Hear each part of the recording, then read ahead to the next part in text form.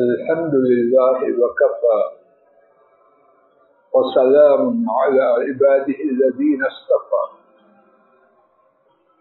19واں پارہ سورہ الفرقان. آپ حضرات و خواتین نے توفیق الہی سے آیات شریفہ 26, 27, 28 اور 29 کی تلاوت کی. ان آیات مبارکہ میں متعدد باتیں بیان کی گئی ہیں اور غالباً تمام باتوں کا مرکزی نقطہ یہ ہے کہ نافرمان اللہ کے عذاب کی گرفت میں آنے والے اس دن حسرت و افسوس کا اظہار کریں، اپنے زبانوں سے بھی اور اپنے عمل سے بھی. جو چھوڑا اس کو چھوڑنے پر افسوس کریں گے اور جو لیا اس کو لیے پر اس کے لینے پر افسوس کریں. جن سے منہ موڑا اس منہ موڑنے پر روئیں گے، نادم ہوں گے، اور جن سے تعلق قائم کیا اس تعلق پر اپنے آپ کو ملامت کریں. اس سبق میں کل کے سبق میں اس بارے میں یہ بات بیان کی گئی کہ صحبت کا انسان پر کتنا زیادہ اثر ہے. ان کی تباہی و بربادی کیوں ہوئی؟ انہوں نے جو سبب بیان کیا کہ جن سے انہوں نے یاری بنائی ان یاروں نے تباہ کر دی، شیطان اور اس کے چہرے. اس حصے میں ایک حدیث شریف اللہ کی توفیق سے سنی گئی. آئیے میرے ساتھ اس حوالے سے ایک حدیث شریف اور ایک آیت کریمہ سماعت فرمائیے، پھر ایک اور بات کی طرف انشاءاللہ منتقل ہو. صحبت کے اثر کے حوالے سے حبیبنا نبی کریم صلی اللہ علیہ وسلم نے مثالوں سے صحبت کی تاثیر کو بیان کیا.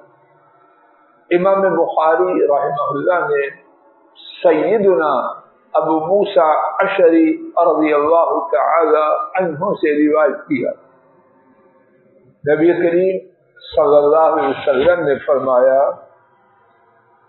اچھے ہم نشین، اچھے رفیق، اچھے ساتھی اس کی مثال اور برے کی ایسے ہے جیسے کستوری والا ہو اور بھٹی والا ہو جو لوہے کی بھٹی والا ہے.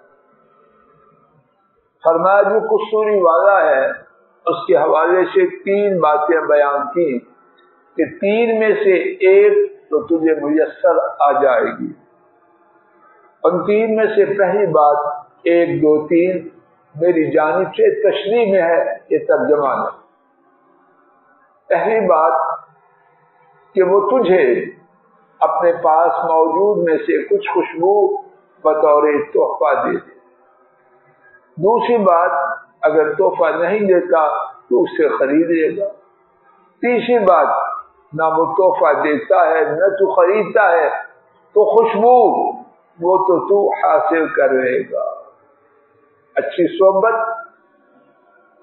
نہ لیا نہ دیا، جس کے پاس جو کچھ ہے نہ اس نے دیا، اور جو صحبت اس کا ساتھی ہے نہ اس نے کچھ لینے کے لیے کچھ خرچہ کیا، لیکن اس کا اثر، اس کی خوشبو وہ تو اس تک پہنچ جائے گی. اور یہی کیفیت انسانوں میں بلکہ شاید بسا اوقات اس سے بھی زیادہ ہوتی. اردو میں ہم پڑھا کرتے تھے خربوزہ کو دیکھ کر خربوزہ رنگ پکڑے. دوسری قسم اس کے بالکل برعکس بھٹی والا جو لوہار اپنی بٹی جلا رہا ہے، اس کے لیے 2 باتیں بیان کی کہ 2 میں سے ایک تو تجھے لازمن پہنچے گی۔ پہلی بات کہ اس کے بھٹی کے اندر جو آگ ہے اگر تجھے چھو گئی، تیرے قریب آ گئی، تیرے کپڑوں کو جلا دے گی، تو جب کپڑے جلیں گے تو خود بچے گا۔ اور اگر آگ کے پہنچنے سے بچ گیا تو دھواں اس کے لیے کیا کرے گا؟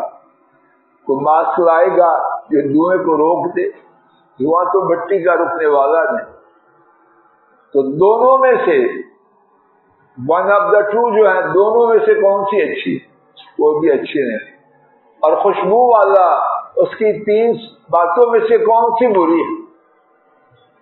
آئیے صحبت کے حوالے سے رب کریم کے کلام پاک کے حوالے سے ایک اور بات توجہ فرمائیں، اور میرے اللہ کرے عقیدہ یہ بن جائے، اللہ بنانے والا ہے، میں نالائق تو کسی قابل نہیں، اور اللہ کرے آپ سب کا ہمارے کمبوں کا بھی بن جائے۔ اچھی طرح نوٹ کیجئے اسامہ بیٹا، اچھے لوگوں کی صحبت اور برے لوگوں کی صحبت، دنیا میں میرا آپ کا رہنا، ہر کسی کا رہنا عارضی ہے۔ دانیال، دانی کہاں رہنا ہے؟ بولو، آخرت میں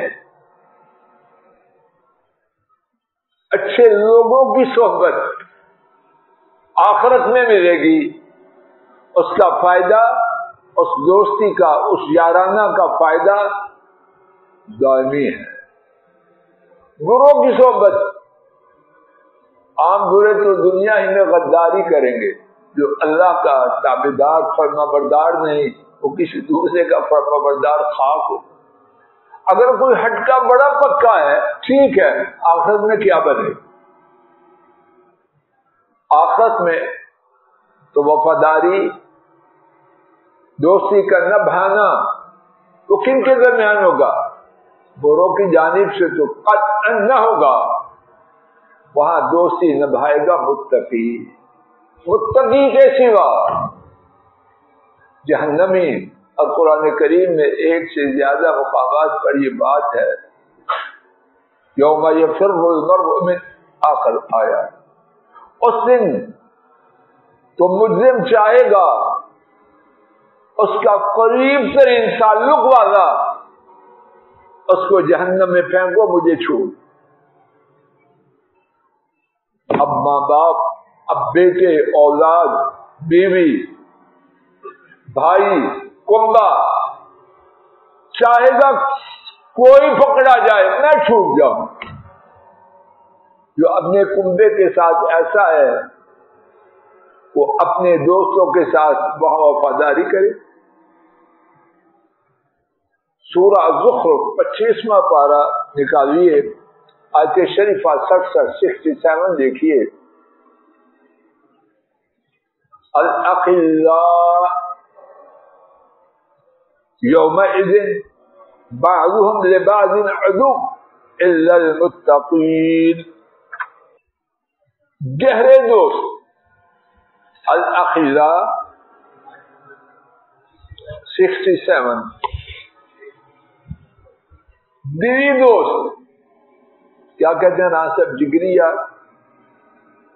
بیوی دوست، یومئذ بعضهم لبعض عدو، ان میں سے ایک، ویسے بیٹا سمجھ آ رہی ہے، ان میں سے ایک دوسرے کا دشمن ہوگا، الا المتقین، مگر متقی ایسے نہیں۔ شاہ صاحب جی پہلی بات تو یہ ہے، اللہ کا غدار شاہ صاحب کا وفادار ہو سکتا ہے؟ شاہ صاحب نے کیا دیا ہے؟ جو کچھ اللہ کسی کو دیتے ہیں شاہ صاحب دے سکتے ہیں؟ شاہ صاحب دے سکتے ہیں، کوئی بھی نہیں، بچی صاحب آپ دے سکتے۔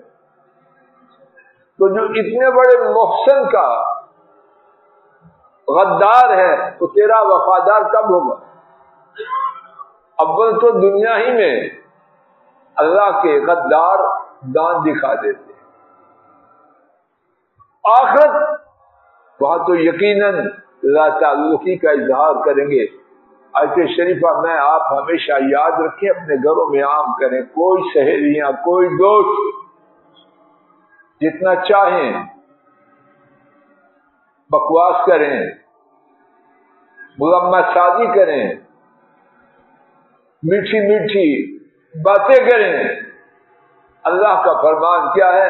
الاخلاء بعضهم لبعض عدو، الاخلاء یومئذ بعضهم لبعض عدو.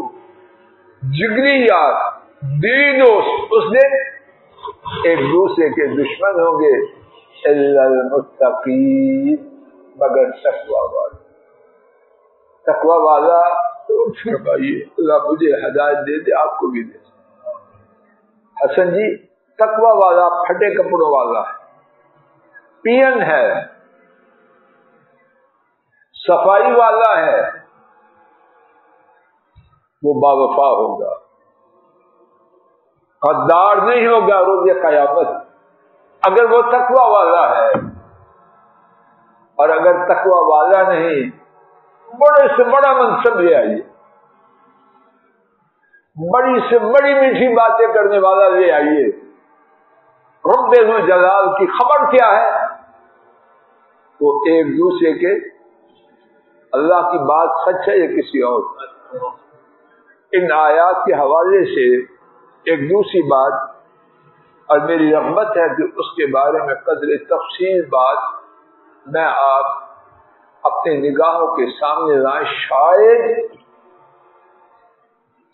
اس دن کے آنے سے پہلے ہم سمجھ جائیں. ان آیات میں ایک دوسری بات جو بیان کی گئی ہے وہ کیا ہے کہ اللہ کے نافرمان لوگ روز قیامت بہت زیادہ حسرت، پریشانی، ندامت اس کا اظہار کریں گے، اپنی زبانوں سے بھی اور اپنے قول و عمل سے بھی. اب ترجمہ کل کے سبق میں سن چکے ہیں. آئیے میری آپ یا کسی اور کی بات نہیں، قرآن کریم کی کچھ آیات کے حوالے سے ان کی حسرت، اس کی تصویر جو رب العالمین نے کھینچی ہے وہ دیکھیں. میرے ساتھ شمار کیجیے ان باتوں کو، اور اللہ جانے کتنی دفعہ یہ بات بیان کی گئی ہے. میں ان سب کے ذکر کرنے کی نہ استطاعت رکھتا ہوں نہ ذکر کرنا مقصود. چند ایک بات. پہلی بات، اس دن کا نام کیا ہے؟ روز قیامت کا نام کیا؟ چوہدری صاحب نام کیا؟ لیکن وہ چیز جس کے بارے میں اب ہم سن رہے ہیں وہ بتائیں. ماشاء اللہ، اللہ پوچھا، اللہ پوچھا. اس دن کا نام ہی حضرات و خواتین یاد کر لے. قیامت کے دن اللہ پاک نے اپنے کلام پاک میں نام بتلائے ہیں. ان ناموں میں سے ایک نام دانیال یوم الحسرہ، حسرت کا دن. حسرت جانتے ہیں سب کے اڑنا، پنجابی سڑنا، پیش نہیں جا رہی. مختار جی پنجابی میں کہتے ہیں کشیشیاں اوڑ دیں. کچھ نہیں، ہاتھوں میں ہمت نہیں، بازوؤں میں قوت نہیں. سوائے اپنی جان کے کھانے کے اور کیا کر رہا ہے؟ کچھ کر سکتا ہے تو وہاں تو بالکل بے بس ہوں. وہاں تو بول بھی نہیں سکتا حکم الہی کے بغیر، دیکھ بھی نہیں سکتا. اللہ آنکھوں پر پٹیاں لگا دے، یعنی بینائی چھین دے. جو چاہیں گے ہوتا رہے گا وہ، اور فوراً ہو. اس دن کے ناموں میں سے ایک نام جو اللہ پاک نے اپنے کلام پاک میں بیان کیا وہ کیا ہے؟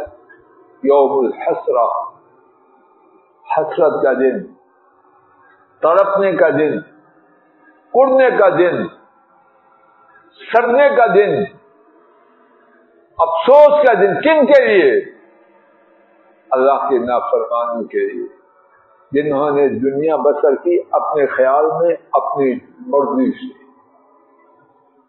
وہاں مرضی اس کا کچھ مرضی تھے۔ آئیے میرے ساتھ دیکھیے آیات کریمہ میں سے کچھ گنتے جائیے۔ نمبر 1 سورہ مریم 16واں پارہ، وَأَنذِرْهُمْ يَوْمَ الْحَسْرَةِ، آیت شریفہ 39 سفراج جی مل گئی ہے؟ اپنے روز پروز میں دیکھو۔ عدنان جی آیت شریفہ مل گئی؟ وَأَنذِرْهُمْ يَوْمَ الْحَسْرَةِ، اور ان کو ڈرائیے حسرت کے دن سے۔